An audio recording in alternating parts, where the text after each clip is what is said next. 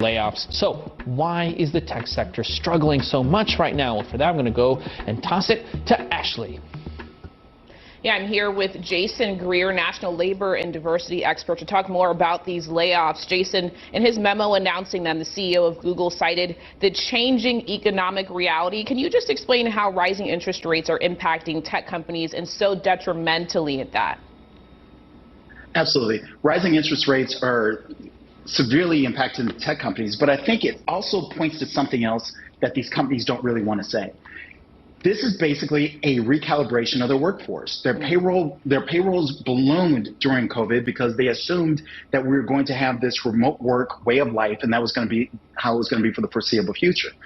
When that didn't necessarily happen beyond 2 years, what these companies essentially said was, look, we have all this money that's going in the payroll. We're paying, we hire all of these employees. Let's go ahead and cut maybe 5 to 6% of our workforce and get back to doing what we do, and that's putting out products, goods, and services. Yeah.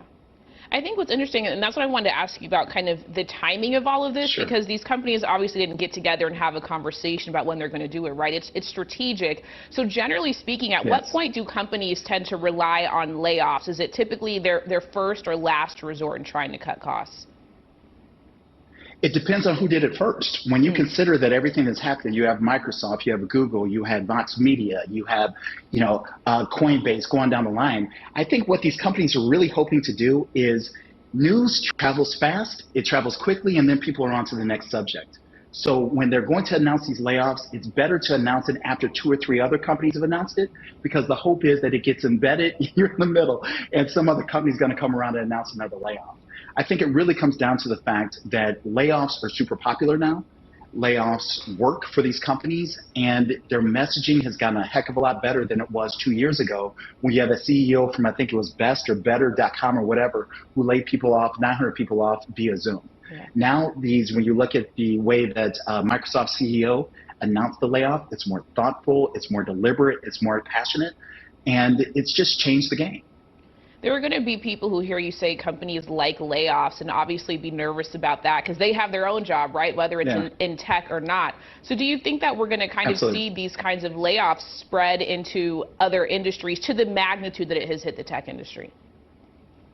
I don't think so. Here's what's interesting. So the tech industry, basically, they hoarded a bunch of employees during COVID, and now they're releasing those employees. But when you look at other industries, they're actually holding on to their employees because they are scared. One, it was hard enough to get those employees in the door in the first place. Two, you have absolutely no idea if the economy is going to boom again, because everybody keeps talking about the recession, but where is it? You even have Jamie Dimon from Bank of America who said we were probably too aggressive when we said the recession was coming down the pike.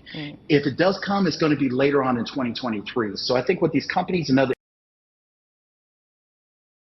is, they're saying, look, as people are becoming less and less worried about the recession, now people are going to spend more. They're going to need our products, goods, and services. So let's make sure we have the employees so that we can make sure that those products, goods, and services get out the door. Right. Jason Greer, thank you so much for your insight. We really appreciate your time.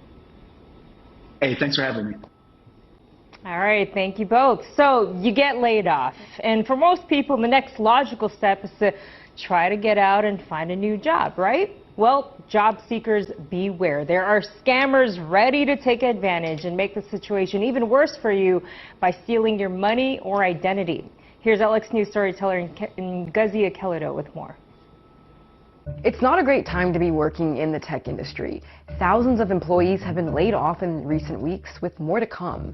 Add inflation and recession fears, and many job seekers are feeling the pressure to find work fast. And with that comes an increase in job scams.